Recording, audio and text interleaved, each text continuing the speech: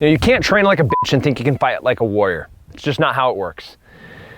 If you train in a vacuum and think that you can go into combat or you can go into a life and death situation where you're fighting for your life, for your family's life, for a bunch of innocent people's lives behind you, you're fooling yourself. If you think that you can walk into a range that's air conditioned with fluorescent lights and your crappy cup of coffee and go and do your drills where you stand there and you just punch paper, tiny little holes, and that you're gonna be ready to go to downtown New York when somebody's running over people in a vehicle, when somebody sets off a bomb in Boston, where you're at a Christmas party and somebody walks in and just starts shooting everybody, then you're deceiving yourself. You have to train like you fight. Train like you fight. It's that simple. The more you sweat, the less you bleed. I like blood in my body, so I'm gonna sweat a lot. And that is my approach to training. Everything comes down to how much sweat, how much hard work you're putting into the preparation for that moment you're gonna have to fight for your life. And that moment when you fight for your life, it's not gonna matter what you do then and there. It's gonna be a lot of millions of little decisions that have led up to it. How much you've been training, how much you've been shooting, how much you've been eating, have been eating the right thing, have been sleeping. All of those little tiny decisions are gonna contribute to your success or your failure. The loss of your life and the loss of who knows how many people behind you.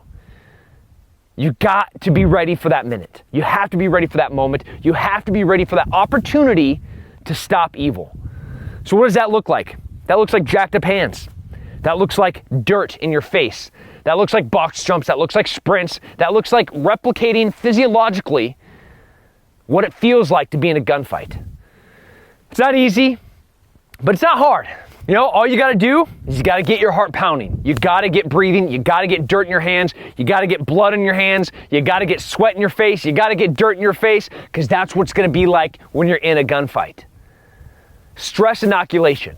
That means you are adding external stress to your body while you're trying to do a given task.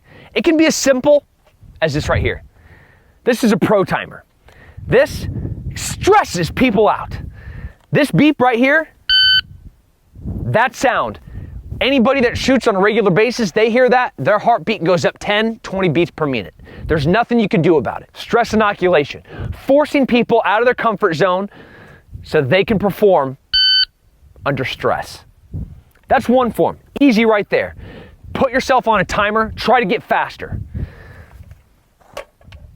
That's just a little stress. The other bits, making your body work, making dirt get in your hands, drawing your gun, and then trying to shoot. Doing sprints, doing push-ups, doing burpees. We come to the range with sandbags, with body armor.